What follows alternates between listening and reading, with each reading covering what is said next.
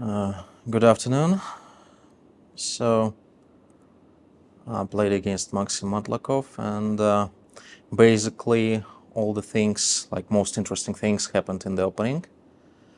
We both didn't expect this line which he played. He is more or less rarely playing Sicilian, and especially these Paulsen lines with e6. So I surprised him with c3 in the opening. The structure, like isolated pawn structure, it was very similar to like French Tarrasch lines with 92. So initially I felt like I can get some pressure on dark squares, like pressing or getting the blockade on d4. But somehow, and I'm not quite sure if it was over the board or it was a preparation, but he used the common idea to sacrifice the pawn on d4. Like he gave me the pawn, and that's what actually we briefly discussed with Alexander Grishuk after the game. If I keep the queens on board or I don't keep, I suppose there is like not enough chances anyway for white. This pawn sacrifice, I spent quite some time, became unexpected to me. Like despite the fact that I knew the typical idea.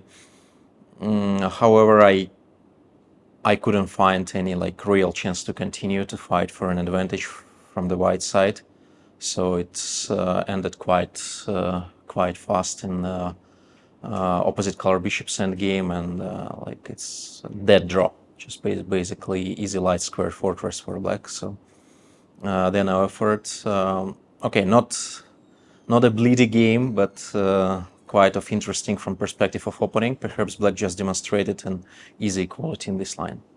Knight or bishop? Knight. And what do you think? Who is the god of the chess? God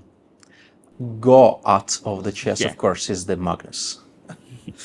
The Magnus, yeah, you know, like the king is in the region.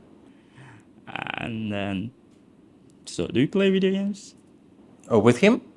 No, overall video games. Video games. Yeah, sorry, just misrealized the question. No, I don't. Okay. I'm not a gamer, gambler, or whatever. If you had a chance to speak with any historical person, who would you choose?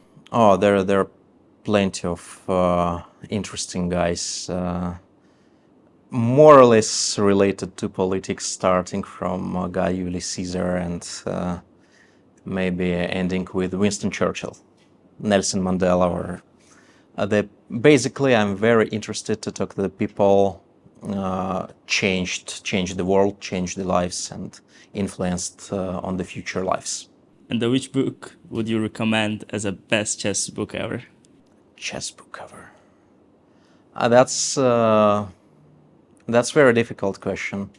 I mean, let's say ordinary book, I would definitely name Master and Margarita in Russian by Mikhail Bulgakov. That's my favorite one.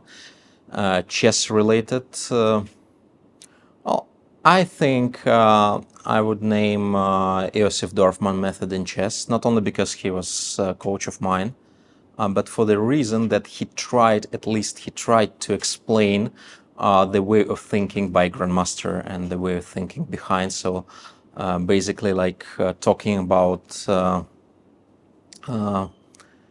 defining what is dynamics in chess and what is statics and how to approach the game on the real level.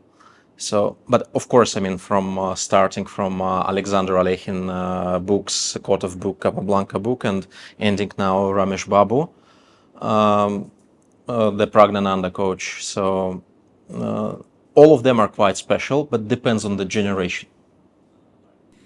And who would you be if you hadn't become a chess player? A lawyer, definitely, in the third generation, same as my father and grandfather. Can you please give the 5 names chess players in a football scheme, like as a goalkeeper, as a defender, as a midfield, and as a striker or forward? Well, I used to play quite some football, so let's start from the strikers.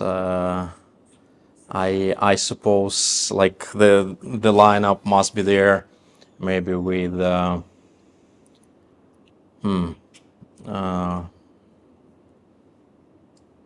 Nepo and Mamidyarov, let's say like this. Middle field, I would give you two of each, so it would be maybe All right. maybe a bit easier. So Wesley So and maybe Magnus Carlsen as the defenders. Let's put there. Of course, as a strikers, Nakamura also must be there. Let's like 100%. Defenders, Prague, for instance. If you are talking about the top players, yeah. So the current players, current field. Yeah, and that's the keeper. So we have quite a known chess keeper, Peter Heine Nielsen. So he knows his position there. 5 steps to become a GM chess player. There would be way more. But basically, there is one step to define, especially it's to love the game. I believe that all the players here, we don't play for money. We don't play for like only for win. Of course, we are sportsmen and we really love to win the games.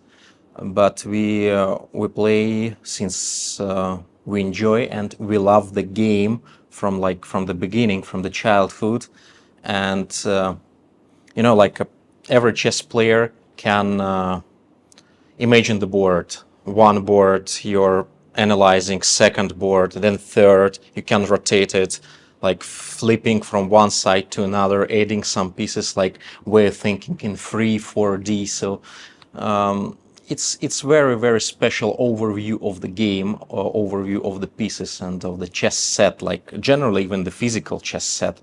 So just love the game and try to imagine what is your next move, not only in the game but in life.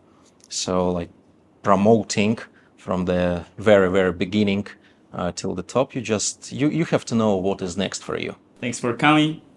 Thanks for inviting.